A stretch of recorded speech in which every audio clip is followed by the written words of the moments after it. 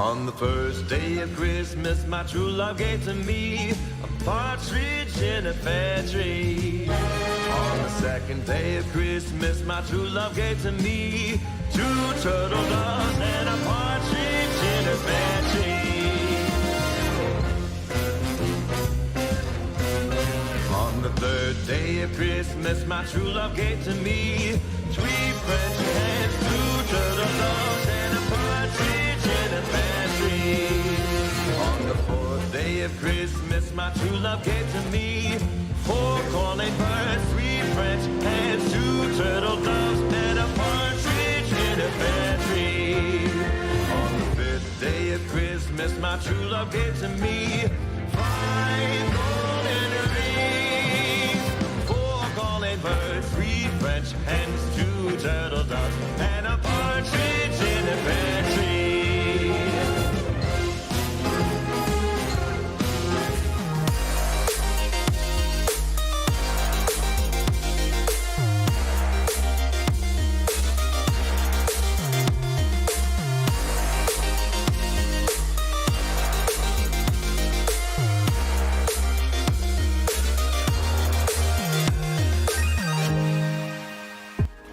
Good morning, Facebook Live. Best, most wonderful time of the year. Buddy, I walk in this morning to a Christmas one. The only thing this place is missing is snow. We have that outside. If we don't get a snowblower in here for the next show, I'm redoing my contract or I'm walking out. One of the two. Y'all, that's up to y'all. This right here is fantastic, It is fantastic, man. You can't go wrong with Christmas season. We're just coming off of Thanksgiving. We obviously give thanks to our team, our families. Yeah. I'm thankful for you, Coach. I am. Thankful for you, man. But I tell you, it doesn't beat this time of year. It doesn't. So this is absolutely my favorite time of the year.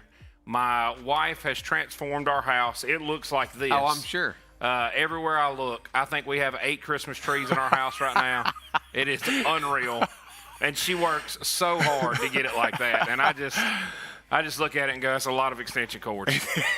so many Griswold style. It is Griswold style at our place. Hey, real quick, want to send a special prayer out to our guy Mayday, dealing with some stuff. We told you he had a little issue with his leg.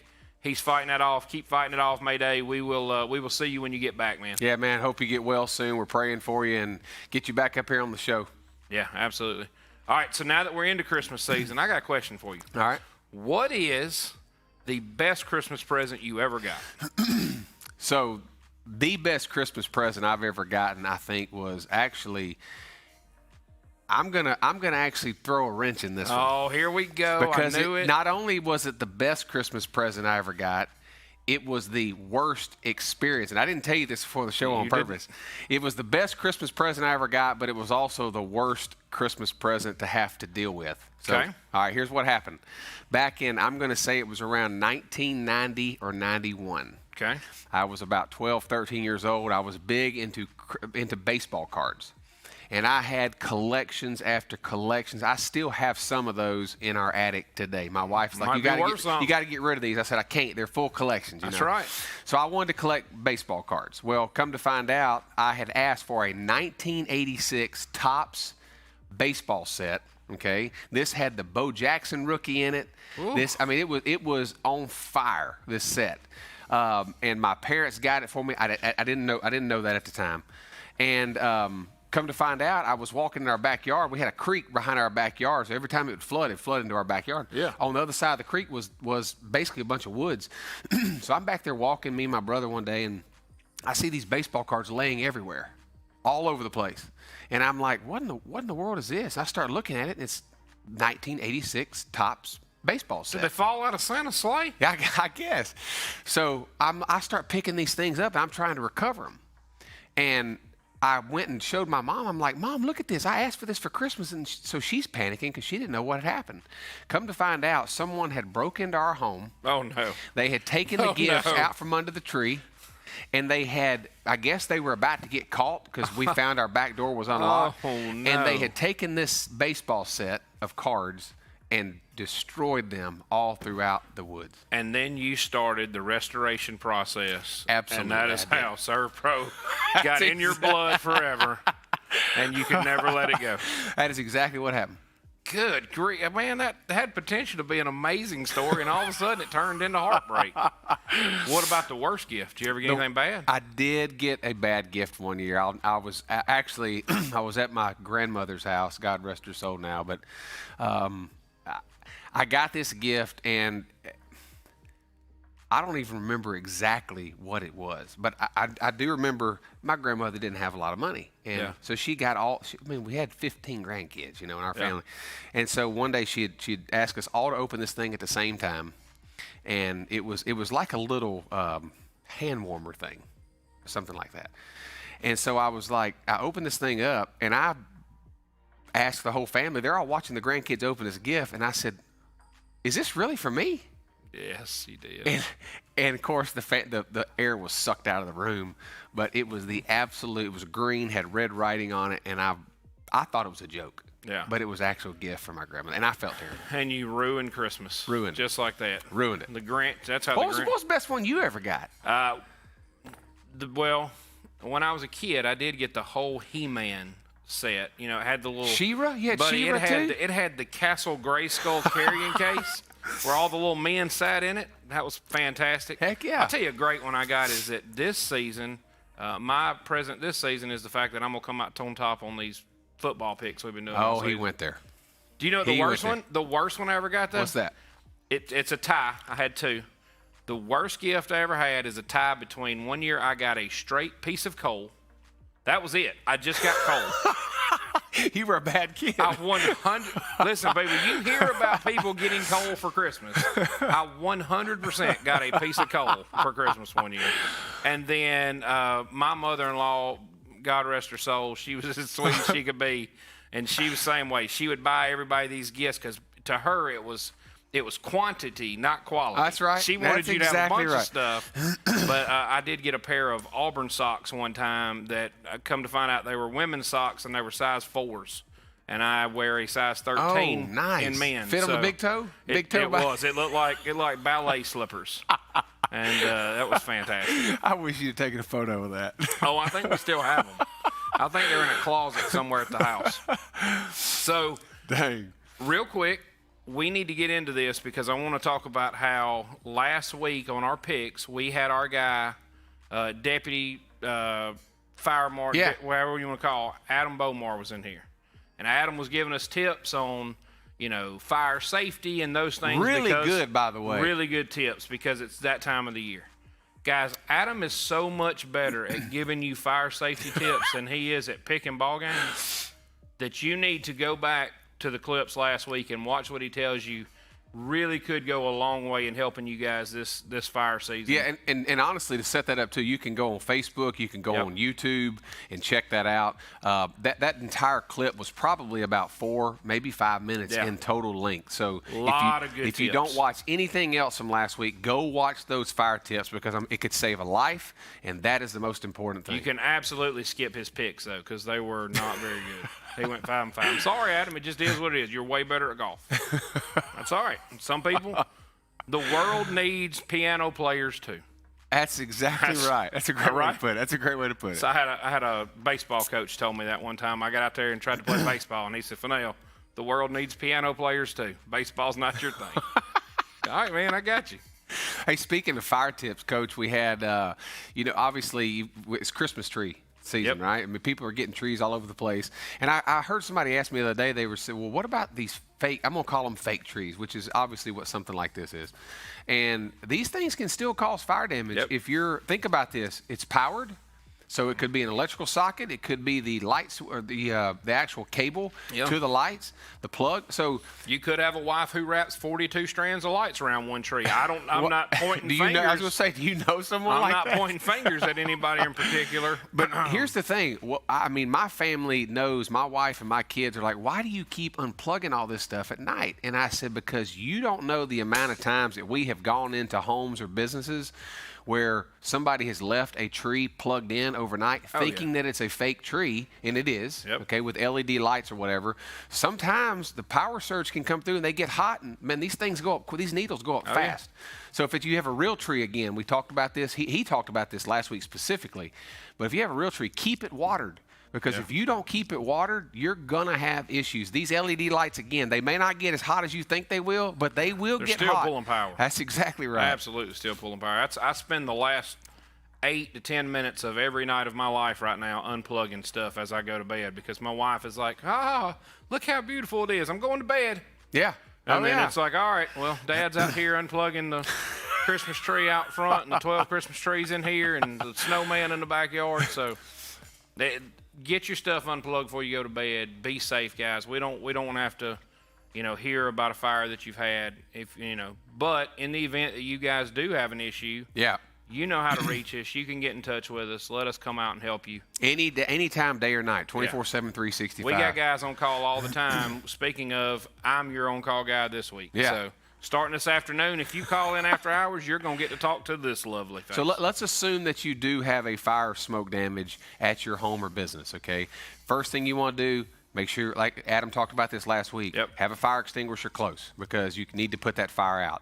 He also talked about, which was very unique, is leaving the doors closed to the rooms in the evenings because it gives your family or someone may be in an office, let's say they're working late or whatever. I think he said 10 to 15 extra minutes. Which that is a lot of time, especially in that. So make sure that you do that. Make sure that if you do need to call someone like Servpro to come clean up, that you call your insurance agent. Call your insurance broker first because they can help you start the process and get Servpro out there quicker and ultimately help you get that claim filed if need be. Because we can prevent further damage. People ask us all the time. We talk about water cleanup all the time, Coach, but we don't talk about fire cleanup a lot. And there are standards to how a fire damage should be cleaned. There are certain cleaning agents that you should use, and there are cleaning agents that you should not use when it comes to fire cleanup. So call Servpro. We can definitely help you with that and walk you through the process and get you back to some sense of normalcy as fast as possible. Absolutely. You ready to move into? Let's do it, man. Listen, at this point though, I want to point out to everybody this is a formality. Okay. It is a formality, and I got you some little jingle bells here, Coach. I got you some jingle bells. All right. It is championship week, and I'm going to be the champion of this year's picks. So it just worked out that way. But let me give you a rundown of last week. We're starting over today, by the way. Are we doing? Is this a brand new season? This is and one. All right. Brand new season here. We're going to do this. This week's going to be different. Now, I'll tell you who was on fire last week. Our guy Buster Pipes came in here last week. He brought it. Took some chances. My man went 8-2. That is the best this season too. 8-2 is really, really difficult to do. No, you went 7-1 one week. I went 7-1. Sorry, I didn't mean to bring that up. That's all right. That's okay. Went 8-2. That's amazing. I went 7-3 this week. B-Dub went 6-4. Adam Bomar, who was in with us last week, went 5-5, and our guy Mayday went 4-6. Now look, this is the. Honestly, we've had a great season doing this with you guys every single week, but it's coming up on championship week, and we're moving into bowl season. So look, make your picks below right now. We do like to see those during the week. Put them in the chat because you might just have the best record this season. And I have not told you about this, but I am putting together a bowl pick sheet that we're going to post on our page.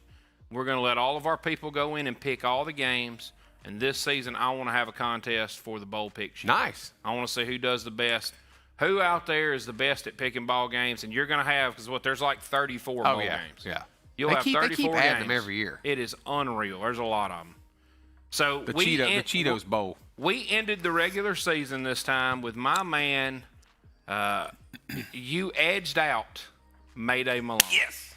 So Mayday finished at 56-56 for a 500. You have finished the season at 57-55. I told you that I would end up over 500. That was my goal. To take my man, and I ended up at 62-50. So great job, you guys, and you beat Mayday, which it's a huge accomplishment. And look, I will say this: the game, I think it was. Let's reflect on the Iron Bowl just for a second, okay? I know for a lot of you out there watching across the country right now that the Iron Bowl probably doesn't mean a lot to you. But you look, probably watched it though. Regardless if you're from the South, the North, East, or West, whatever, this was probably the greatest rivalry game in the history of rivalry game. 59 minutes Auburn took Alabama, because we all picked Alabama to cover last week. Yeah, Alabama was a 21-point favorite. Yeah, and we honestly thought that Alabama was going to come out.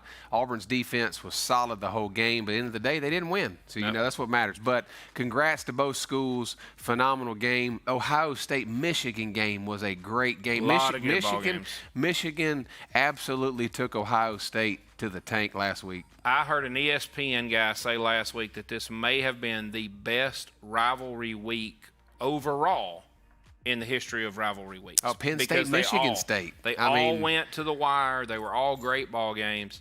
That, like you said, that Auburn-Alabama game. Yeah.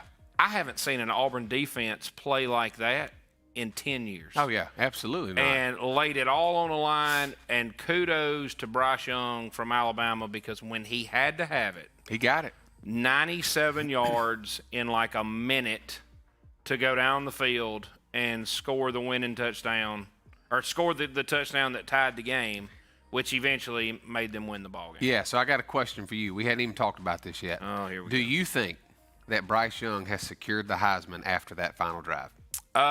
No. I think he did. I don't, because I think that if he comes out this week in the SEC championship and plays the way he played, then he'll secure it. But a team like Georgia has the power to make you look real bad, and they could snatch it right out of your hands. You're right. So, let's get into the picks, man. Let's do it. Let's do it. So, like we've told you, this is championship week. So all of these games are championship games within their conferences. Make your picks below. Don't forget, make your picks below. We want a lot of people picking this week. All right, game one. We've got Georgia versus Alabama. This is the SEC championship. This is the big one. It's the biggest one. I mean, you got number 1 in the college football playoff and number 3 in the college football playoff. This is a monster right here. Who did my man Mayday? So I talked to Mayday this morning. Mayday is going Georgia. Georgia. All right, now, are we doing point spread or are we not? No. Because this is, I will say this will be the 5th time in the Saban era that he has been a 7-point underdog going into a game. Okay, so it doesn't happen that much. And just for the record. Well, it dropped. It opened as a 7. It has dropped so drastically that Georgia is only a 4-point favorite right now. Oh, wow. Okay, that changes things a little bit. So, but all 4 times that Saban has been an underdog in a game like this, or any game for that matter, he has won all 4 of those first 4 games. This will be number 5 again. He has won all 4 of those by most games more than 20 points. We're talking about Clemson. We're talking about Georgia National Championship. We're talking some. Are you telling me you're going Alabama? I am telling you that I am going Georgia. Man, how are you gonna? I just think Georgia. I think they're the better. They are the team to beat. Now, do I think Alabama can beat them? Absolutely. Yeah. I think this. Going back to some college football playoff again. Make your picks below. I think if Alabama wins this game, I think that obviously Alabama will jump to 1. I don't think Michigan, even we'll talk about that game in a minute. Yeah. But I think that Georgia will probably drop to 3, Alabama will drop to 1, and I think we will probably see those 2 teams end up. If it's a close loss, Alabama 2-loss team, if it's close, I'm going to say by a point 2 or less, I think Alabama will still get into the college football playoff at number 4. I disagree with that completely. I think that the way Alabama has squeezed by people this season, I mean, you're talking squeezed by Arkansas, squeezed by Auburn, squeezed by a lot of these teams, didn't get by A&M, squeezed by some people that they should have blown out. But A&M was a last-second field goal. It doesn't matter how it happened. I get it. It doesn't matter how it happened. I mean, they squeezed by Auburn in 4 overtimes. No, you're right. So the way I look at it is I honestly believe that Georgia is the better football team. I think Georgia's going to come out, and Kirby Smart has had these kids. The one thing I will say about Georgia this season, they do not waste time. They come out and they jump on you fast, and they don't let up. And I think Kirby Smart's going to come in here. He wants to be the first assistant coach that has ever coached under Nick Saban to go off and coach his own team and come back and beat the king, because none of them have ever beat Saban. Well, actually, Jimbo has. Jimbo did. Jimbo has. He's the only other one. I think Kirby wants to do that, and I think that's what he's going to come in here and try to do. And I think if they beat Alabama, they knock Alabama out of the playoff, because 2-loss Alabama on a normal year would get in, but this year has not looked like Alabama of the past. Yeah, but again, you got a Cincinnati shoe-in team. I mean, come on, you've got Michigan. We'll talk about that one. You got right behind all them. You got some. Well, you got to wait and see what happens this weekend. No, you're right. It's a lot. Next game. We'll get on the next game. We're going to the Big 12. We got Baylor versus Oklahoma State, and I love this ball game. I do too. Who Mayday get? Mayday goes with Baylor. I actually am going to agree with him, even though Oklahoma State beat Oklahoma last week. Okay, that was a really good ball game. But I just think Baylor's offense is really, really solid still. I love Baylor. I've been on the Baylor train for the last few weeks. It all started back against Oklahoma several weeks ago. This game, again, if one of these teams wins by a margin or not, do they have a chance to get into the playoff with an Alabama loss? That's questionable. Yeah. But I'm going with the Baylor Bears in this game. I think Baylor has got fantastic coaching, by the way. Yep. And I am, for the record, I was about to say something about Baylor's coaching staff, who I think is phenomenal. But I also wanted to bring up the fact that I told you that Florida would be hiring Billy Napier. You did say that. But, which was another fantastic coaching hire. And we'd like to know what you think about the Brian Kelly hire going to LSU from Notre Dame after having Notre Dame at a potential, I said potential, college football playoff. And ghosted the whole staff on his way out. They said he's just stopped talking to people and left. They didn't even know he was gone. Yeah, he was in California on a recruiting visit, and he got a call and said, "You're going to Baton Rouge." That's unbelievable. All right, back to I'm going Oklahoma State. Oklahoma State, okay. We've already played this game. Oh, you're right. We've played this game once, and Oklahoma State won. They did. And they're going to win again because their defense is better. It don't happen twice. It's hard to win twice. I give you that. But I like Oklahoma State. Good pick. Next ball game, Michigan versus Iowa. This is the old Big Ten, all right? This is where it gets where they play slow football. That's right. My man goes Michigan. First time I think I've seen him go against the Iowa Hawkeyes. I think you're right. Mayday, I have to agree with you on this pick. Michigan is playing some really, really good football. They came out against Ohio State last week, and I'm talking about just the same thing Ohio State did a few weeks ago against Michigan State. Yeah. Okay. Michigan came out. If Iowa wins this game, I'm going Michigan, just for the record. I'm picking Michigan. If Iowa wins this game, you're talking about a major shakeup in the college football playoff. Oh, there's no doubt. It changes everything. Because you got an Oklahoma State team right behind there that could possibly get in. I mean, you've got some teams. Notre Dame's right there on the edge. So, again, Iowa could be the team that could do some shakeup. Oh, yeah, absolutely. I'm with y'all. I'm taking Michigan, too. I think Michigan's a better football team. Harbaugh has finally got this thing. Yeah. Listen, I would have never believed it after watching him the first few years that he'd even still be here. Oh, yeah. But they've left him alone, let him do it like he wanted to, and I think he's finally got this thing going. Michigan's a better football team. He's got the Wolverines back on track. I don't think Michigan wins this game by a little. I think they win this game by a lot. This could get ugly. I mean, Iowa did lose to Purdue this year. That's correct. So this is our point spread game for the week. We do have one. So we have got the ACC championship, AAC championship. Okay. Which I never thought I would say. Cincinnati versus Houston. This is a 10.5-point spread. Cincinnati is a 10.5-point favorite. That's tough. That's a tough one. And Cincinnati's playing for a lot. That's a lot of pressure. That's a lot of pressure. Who'd Mayday get? Mayday goes Cincinnati. Now, he would go Cincinnati regardless. Yeah, I think he would points, but he'd go Cincinnati. All right. So, again, this being the point spread game, Cincinnati does have a ton of pressure. Obviously, a win. They are definitely in the college football playoff. No question about it. I think Houston being a 10.5-point favorite. Underdog. Oh, Houston's the underdog. That's right, the underdog here. I got to go with the Bearcats, man. I just don't see how they do it. And I think Cincinnati obviously will make the college football playoff, but they will get destroyed by Georgia. So I'm going with the Bearcats. I'm going to take a chance here because I can. Pressure bust pipes. It's one thing we know. Nice. All right. Cincinnati will win this ball game, but I think this is a much closer game than people think. I think Houston is still in this ball game all the way to the end because I think Cincinnati is going to play not to lose because of everything they've got riding on it versus playing to win. I'm just telling you, man, Riddle, quarterback for Cincinnati, he can play some ball. He can, but if you handcuff him and say, hey, we should win this game, just don't go out there and do anything wrong. That's right. That changes a lot. That's a good pick. Can I change mine? Too late. Sorry. Too late. I'm sorry.